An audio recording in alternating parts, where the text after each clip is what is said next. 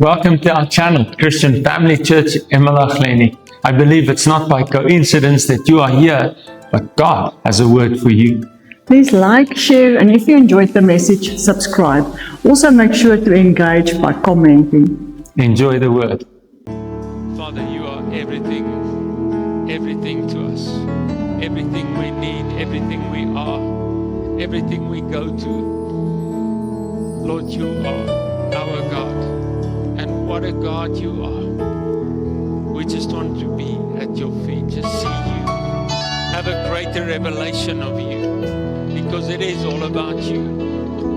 What a God you are, and we worship you, Lord, we worship you. You have made us your own by the sacrifice of Jesus Christ on the cross of Calvary. You have given us, you have outpoured your Holy Spirit upon us so that we can call you Abba Father. And Father, we thank you. And we want to say we love you this morning because you first loved us. What a God, full of grace and mercy and love.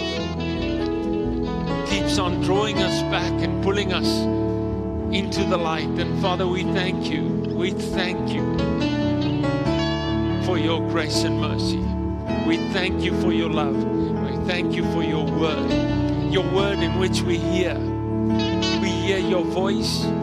Our faith is stirred up, and we can be everything that you have called us to be. We give you all the praise. And as we gather around your word this morning, Father, we pray that you will be glorified in each one of our lives. In the name of Jesus. And the family say, amen. Hallelujah. Give God some praise.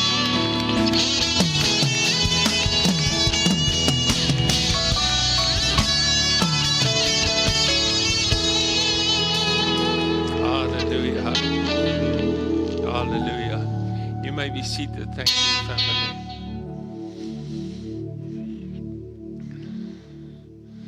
I'm introduced to some guitar playing at the back. That's amazing.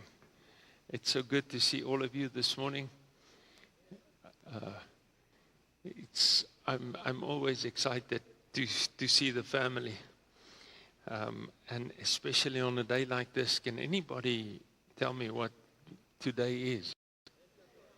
It's Pentecost. It's the day of Pentecost. What does that mean? It means that we celebrate the day that God has poured out His Holy Spirit upon His people. As it was prophesied, as it is, and as it is going to be. Holy Spirit that guides us into all truth. And so the Holy Spirit was given to us so that we won't live powerless lives. What God has called us to, He has provided through His Holy Spirit. God still works through His Spirit to bring forth fruit in our lives that glorifies Him. And the church exists to carry the gospel to the ends of the earth. Amen. That's why we are here. We're not here just to get fed and get fat. We are here to get fed and to go and do. Amen. Yeah, it's a little bit of rhyming there as well. I'm a poet and I don't know it. Did you bring your Bible this morning? Either your cell phone or wherever you read your Bible on, just lift it up. Say this with me. This is a new one. Haha, a little longer. This is my Bible. I believe it is the living Word of God. It is my foundation, my strength, and my guide. When culture shifts, God remains faithful. When pressure rises, His truth stands firm. I will not build my life on opinions, feelings, or fear. I will build my life on the unchanging Word of God. His Word is alive in me, shaping me, strengthening me, and establishing me.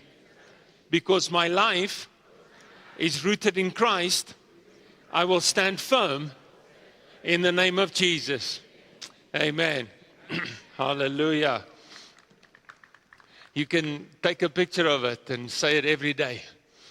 Declare it every day over your life. So we've been walking through this series called Living Sent, and today is the last message in the series. Week 1, we looked at you have already been sent. Jesus says, as the Father sent me, I sent you. I send you. Week number 2, we looked at looking at people the way Jesus looks at them. When he looked at the crowd, he was moved with compassion. When we look at people from a perspective of heaven, we are moved with compassion. The desire to bring change. And so in week 3, we spoke about sharing your faith naturally. You don't need a pulpit, you don't need a stage, you don't need a platform, you need a story. And each one of us has a story. Nobody can argue against what happened to you and what Jesus is doing in your life right now. And week number 4, which would have been wonderful if we had this message today, but it's empowered by the Holy Spirit. Everything that God has called us to, every mission, every conversation, everything that we need to do, the overcoming of temptation, the putting away of old habits, He has empowered us by His Holy Spirit to be able to do that. Amen? And so that is what we celebrate today, is the day of Pentecost, the day that God poured out His Spirit so that we can become more and more like Jesus. Because as the world looks at the church, they need to see Jesus. They don't want to see politics. They don't want to see all kinds of opinions and theologies. They want to see Jesus. And that is what the Holy Spirit has come to do. As we surrender to the Spirit of God, the Spirit of God makes us more and more. He changes us from glory to glory to the same image, the image of Jesus. Amen. And that is the purpose of life, to be changed to the image of Jesus. So, but today we come to something that is really important, because once you begin to to begin living sent, once you start stepping into God's mission, you quickly discover something. Mission is beautiful, but mission is not easy. It is not easy to talk to people in the world about Jesus. It's not easy. Mission is beautiful, but mission is also costly. And so there will be moments when people will reject you.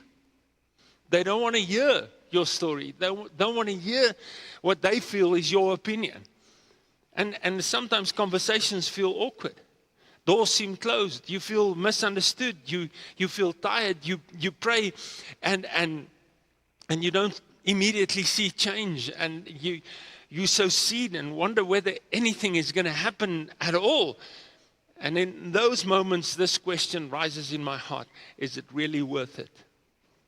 And today I want to answer that clearly and confidently. Yes, it is worth it. Absolutely yes, 1,000 times yes, it is worth it, because the joy of seeing people encounter Jesus outweighs the cost of reaching them. Come on now. That's what we call to. And maybe you've come this morning because there's a hunger in your heart. I just feel this right now. There's a hunger in your heart for Jesus. And now you're hearing the testimony of Jesus. You're hearing the Word of God. And the Word of God is what you need. So if you have come this morning with a hunger in your heart for Jesus, for something to change in your life, you've come to the right place. Amen. So mission is what we are called to. We called to live sent. We called to be a testimony to the world out there, because they are desperate for Jesus. You see it when you drive down the street. People are desperate for Jesus. And sometimes we want to make it complicated, but it's not that complicated. So I told you about this thing that I do. I play golf in a senior league. And it's an interesting environment. It's a difficult environment for somebody who does not speak in tongues, in worldly tongues, and does not consume alcohol. It's a difficult place to operate in. And sometimes I go into these games on a Saturday like yesterday. I'm thinking, who's my target, you know? Who's the one that's going to have to hear my story, the gospel? And so yesterday was the Holy Spirit surprised me. I was thinking, is it this guy that swears so much, and you know, every sentence he opens his mouth and he, what's the English word for fluke? He just flukes all the time. Fluke is such a lekker word.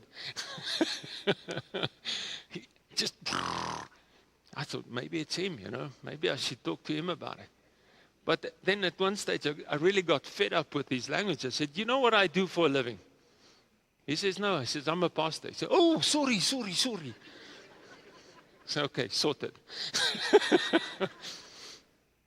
But there was this guy who was in his 30s carrying for one of the opponents. And he was pushing the cart all day, and he was complimenting my shots. He called me Uncle Warren. And so at one stage, we were just separate from the other guys, me and this guy that pushes the trolley, and we start talking. And God opens the door, and he's got all these tattoos and stuff, and he says he went to church, and people asked him what he did there, because he's full of tattoos. They don't want him there. I said, Boot, come here. Jesus loves you, man, tattoos and all. I love you, tattoos and all. I especially like that one. And he's like, wow, where's your church? Opposite W.H. de Klerk in the Model Park. That's where we are. So sometimes, you know, just to be sensitive to the Spirit, He will lead you. He will lead you to the one that we've talked about this past couple of weeks. The one that just are ready for that encounter. The harvest is ready. You must just be there, be available to be a laborer in the harvest. It may cost you comfort for the moment, but it can change somebody's eternity forever. And anything that touches eternity is no small thing. Amen. And the heart of Jesus is seen in Luke 15. Luke 15 opens up with sinners gathering around Jesus. And you know, these guys, they wanted to just argue with him and catch him out doing something wrong. The religious people, they didn't like the sinners surrounding Jesus. They were drawn to him. In Luke 15, verse 1-3, we read, then all the tax collectors and the sinners drew near to him to hear him. And the Pharisees and scribes complained, saying, this man receives sinners and eats with them. So he spoke this parable to them, saying, so there's 3 parables that follows this. The lost coin, the lost sheep, and the lost son. But in any case, you know, this is what I use to play golf between these people. You know, the sinners need us to be there among them, right? And so they whisper amongst each other, this man welcomes sinners. So he cannot be one of us. He cannot be a religious person, which to their surprise, he wasn't. He was life. And so all 3 of these stories that Jesus tells has the same truth. God passionately pursues the lost. God passionately wants people to come into the kingdom of God. That's his passion. That's his heart. He wants to save people. And so we see the shepherd leaves the 99. Jesus says, what man among you have 100 sheep? If he loses one of them, does not leave the 99 and go after the lost one? Where are you, Sophisu? I don't hear you. Did he leave? Oh, there you are. Don't you feel like singing 99? Omema. Here we go. The shepherd moves toward the lost sheep. He doesn't wait. He doesn't blame. He doesn't say, well, that's the sheep's fault that he got lost. He goes. Why? Because lost things matter to God. He goes after the lost one. He doesn't argue about it. He doesn't justify him not going. He goes without even thinking, because the lost things matter to God. Mission becomes when we care what God cares about. That's when mission starts. That's the life of living sent. When we care about things that God cares about.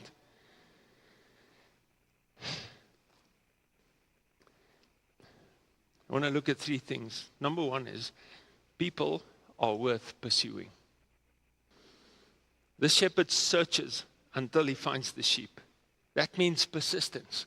He searches until he finds. And many of us knows what it means to send a message and don't get a reply. We invite somebody to church and they don't come. They have a list of excuses. You know, no, you used that one last week. Oh, I need to use number 3 this week. You pray for a family member for years and you still see resistance. And after a while, disappointment whispers, hey man, just stop. Just stop trying. And sometimes people do not respond immediately. Sometimes conversations feel slow. Sometimes hearts take time to soften. You know, when that whisper comes, stop trying. And that whisper comes. I just remind myself of what happens to people who dies without Christ. And when we're up there, and we're in heaven, and we're looking for people, and they're not there, I don't want to even think about it, so I'm going to search.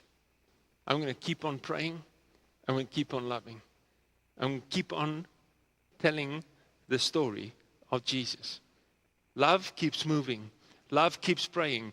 Love keeps showing up. Love does not always see instant fruit, but it refuses to stop caring. And this matters because many believers give up too quickly.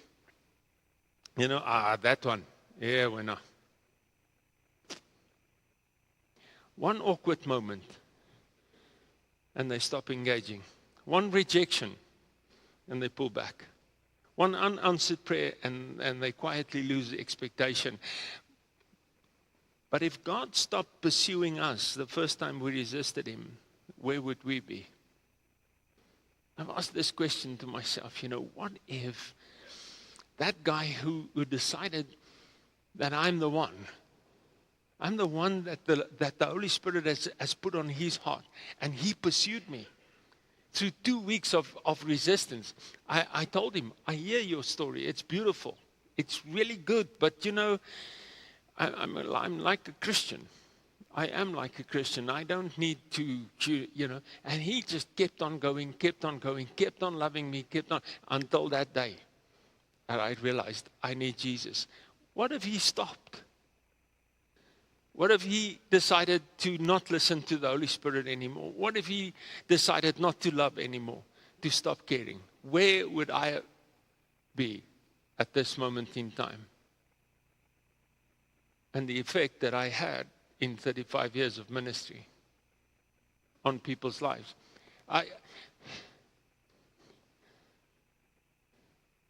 Mission requires perseverance. In the Old Testament, there's this beautiful book of Hosea. Hosea, not Isaiah, Hosea. And so we read in this book that God makes a symbol, a metaphor of Hosea's life to speak to Israel that runs after idols and all these other kinds of things, turn their back towards God. And so God tells Hosea to marry a harlot. That is a woman who does not have only one man, if you don't know again. And so he married this woman, and she left him because she turned her back on him for other men. And so in Hosea 3, verse 1 to 5, we read, "Then the Lord said to me, go again, love a woman who is loved by a lover and is committing adultery, just like the love of the Lord for the children of Israel, who look to other gods and love the raisin cakes of the pagans. So I brought her for myself for 15 shekels of silver and 1.5 homers of barley. And I said to her, you shall stay with me many days. You shall not play the harlot, nor shall you have a man. So too will I be toward you. For the children of Israel shall abide many days without a king or a prince, without sacrifice or sacred pillar, without ephod or teraphim. Afterward, the children of Israel shall return and seek the Lord their God and David their king. They shall fear the Lord and his goodness in the latter day." Why all of this? Because Hosea's heart, pursuit reflects God's heart. He's a pursuing God. He's a restoring God. He's a God that does not easily give up on people. And then in chapter 6, verse 6, this is what God says, "For I desire mercy and not sacrifice, and the knowledge of God more than burnt offerings." God wants you to know him. He's not into offerings. He's not into all these things that we try to do to impress him. He just wants you to know him because he's a God of love. He's a God of mercy.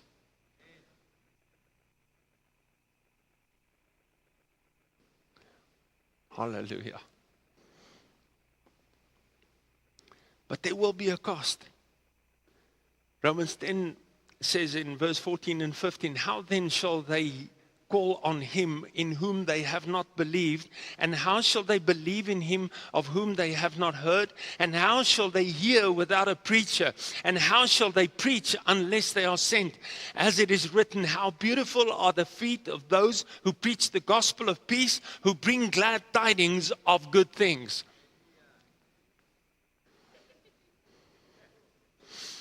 How will they hear without a preacher?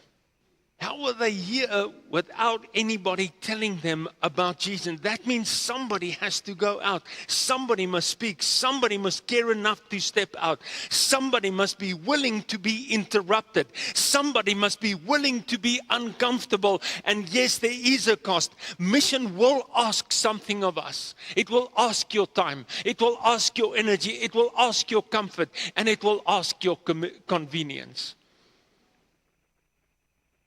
Living sent interrupts selfish living. It pulls out of convenience and calls us into compassion. It breaks the grip of comfort and teaches us to live with open eyes, open hands, and an open heart. In 2 Corinthians 4, 7-10, we read this, "But we have this treasure in earthen vessels, that the excellence of the power may be of God and not of us. We are hard pressed on every side, yet not crushed. We are perplexed, but not in despair, persecuted, but not forsaken, struck down, but not destroyed, always carrying about in the body the dying of the Lord Jesus, that the life of Jesus also be manifested through our bodies." Paul says we are hard pressed on every side, but not crushed. Mission isn't always easy. Paul faced rejection, persecution, opposition, yet he kept on going. Why? Because he understood something that was bigger than his comfort. He understood eternal impact. He understood what eternity means. He knew that temporary hardship could become the doorway through which someone else encounters the love of Christ. He was willing to carry a burden in time because he had his eyes fixed on what mattered outside of time in eternity. Hallelujah.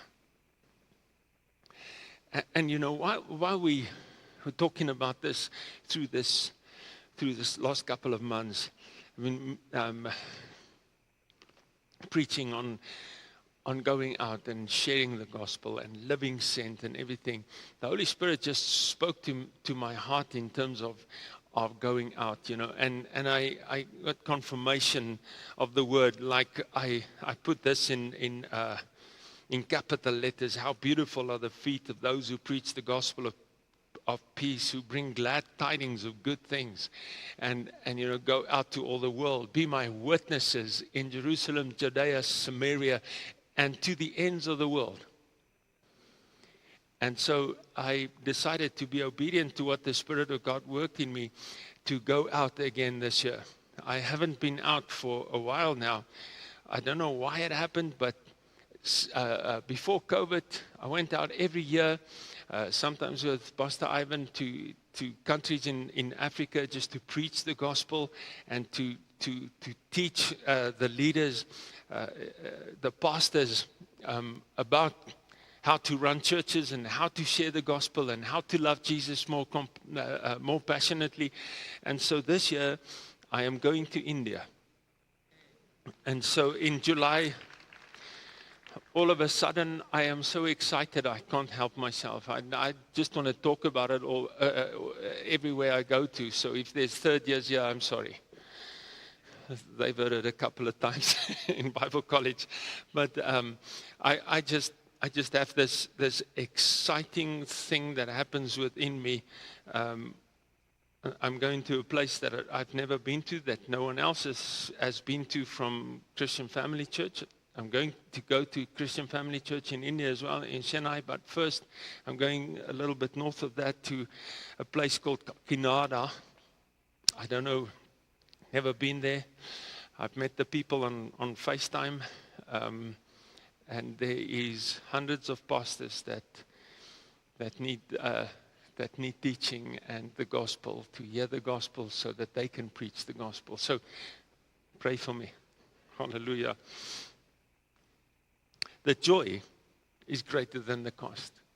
So I told my story now, because something happens on the inside when you step out in obedience. Even when you book the tickets, you're not there yet. In Luke 15, verse 10, likewise I say to you, there is joy in the presence of the angels of God over one sinner who repents. Wow.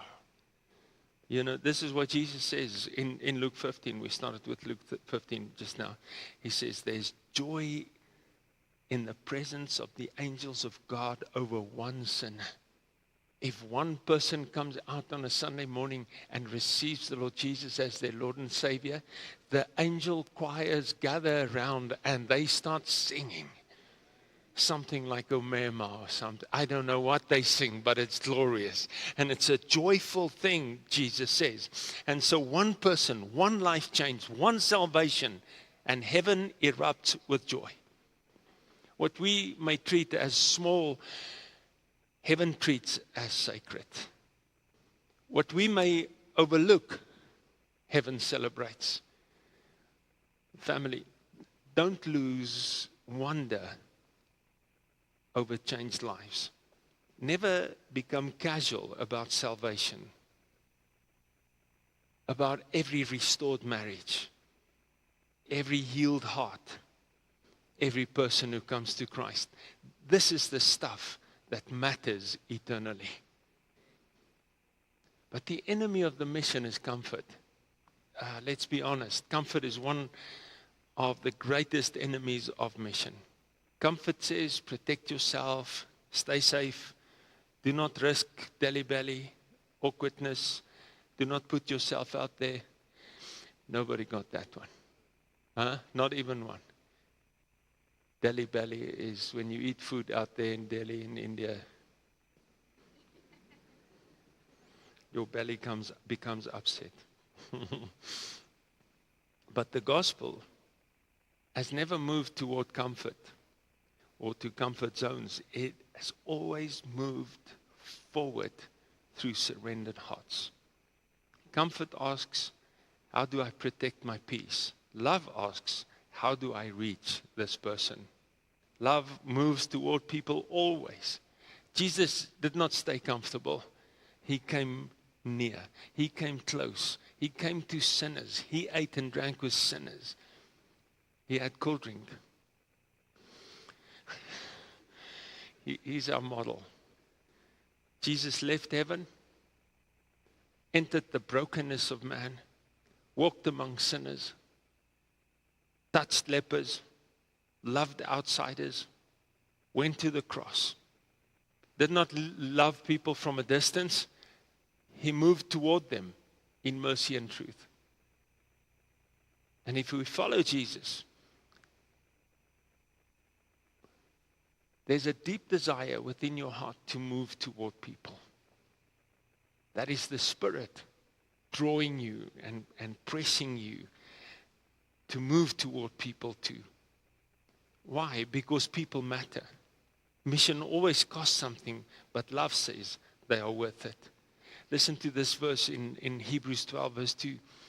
I'm going to read the Passion Translation one, so you can just put that one up. We look away from the unnatural from the natural realm, and we fasten our gaze onto Jesus, who birthed faith within us and who leads us forward to faith's perfection.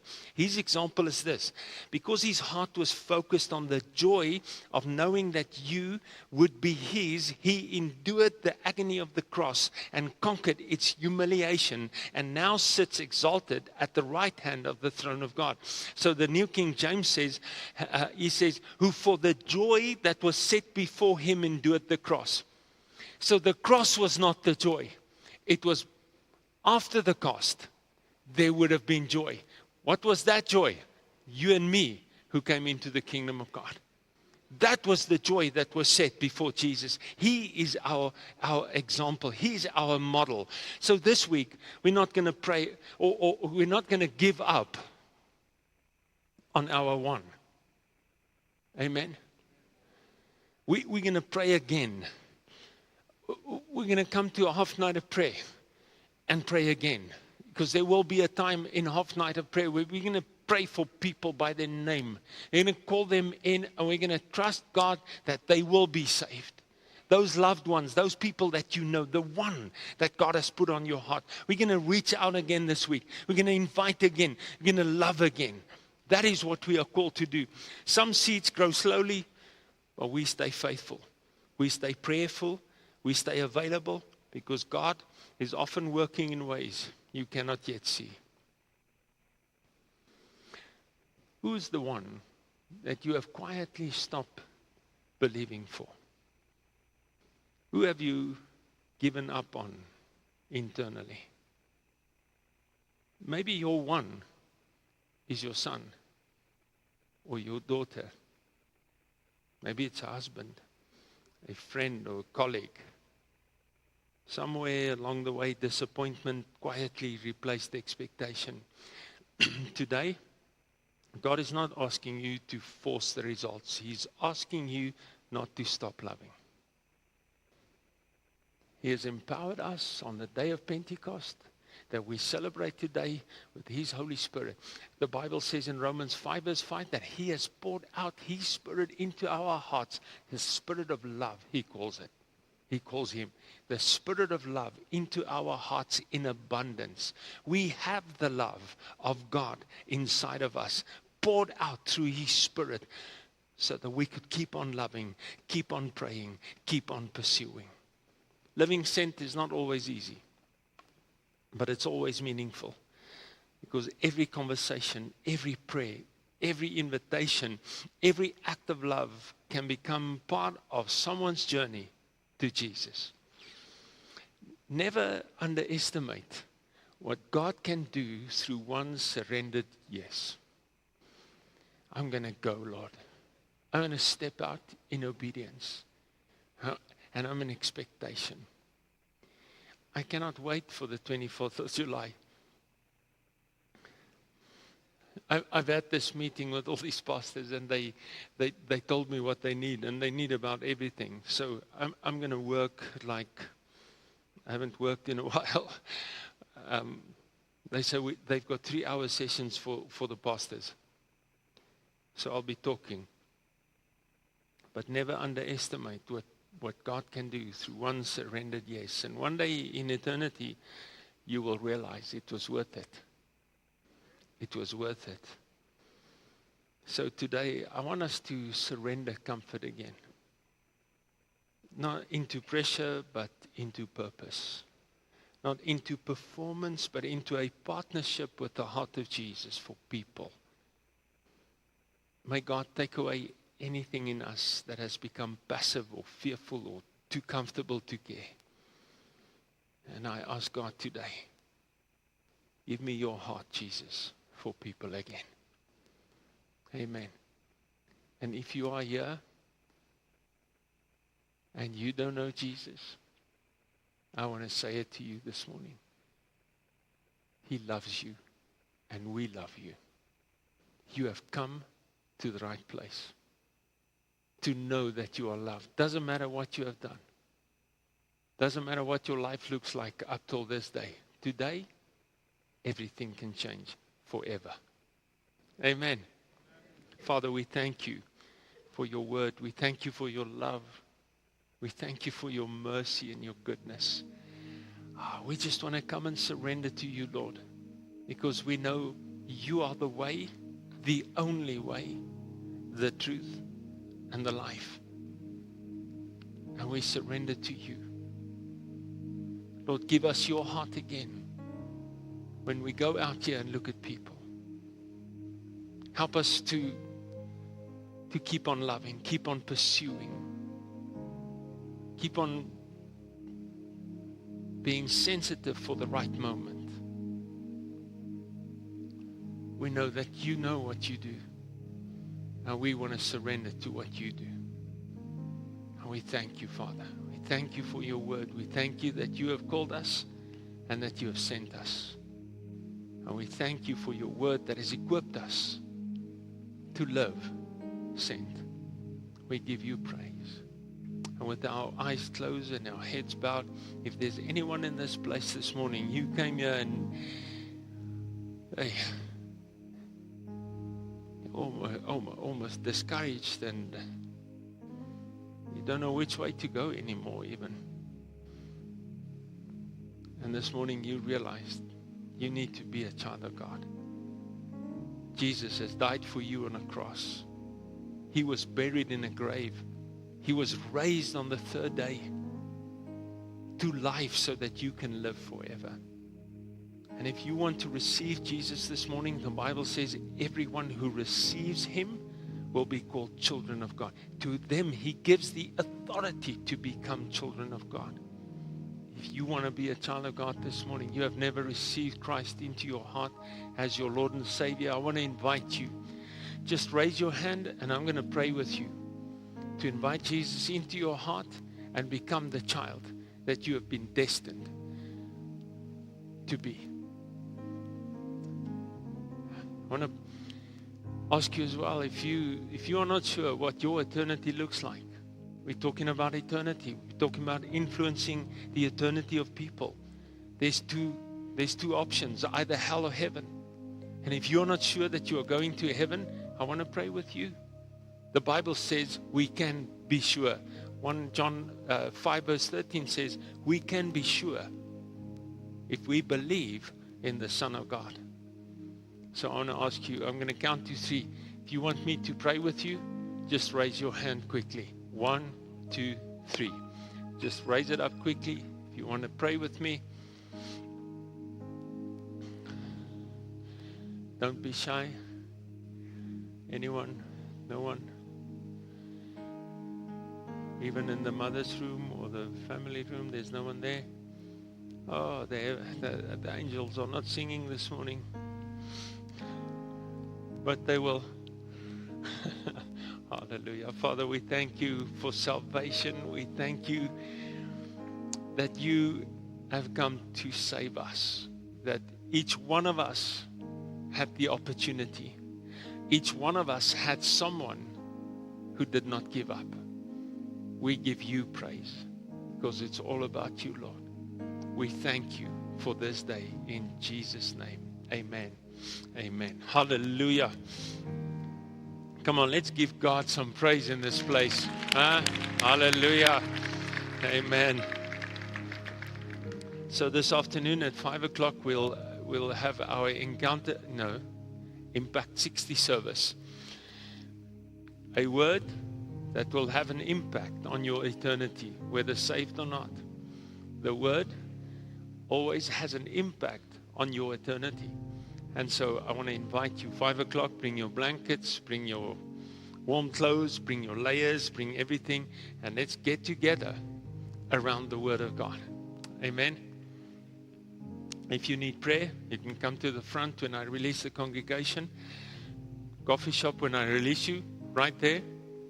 Around the building on that side. Up the stairs. Loveliest cup of coffee that you can think of on a lovely day like this. So go there and have some fellowship with someone. Am I forgetting something? And enjoy Pentecost. Let's stand together and say this. I am connected. I belong. I'm a child of the King.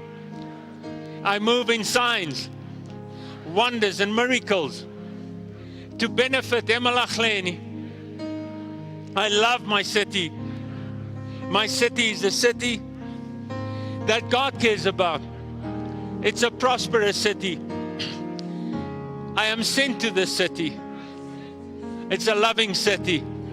It's a city where people get healed and delivered. It is a city where dreams come true. If you want to see your dreams come true, 1, 2, 3, come to Emelach Leni. Bless you, family. We love you so much. Have a wonderful day. If you need prayer, to the front, please.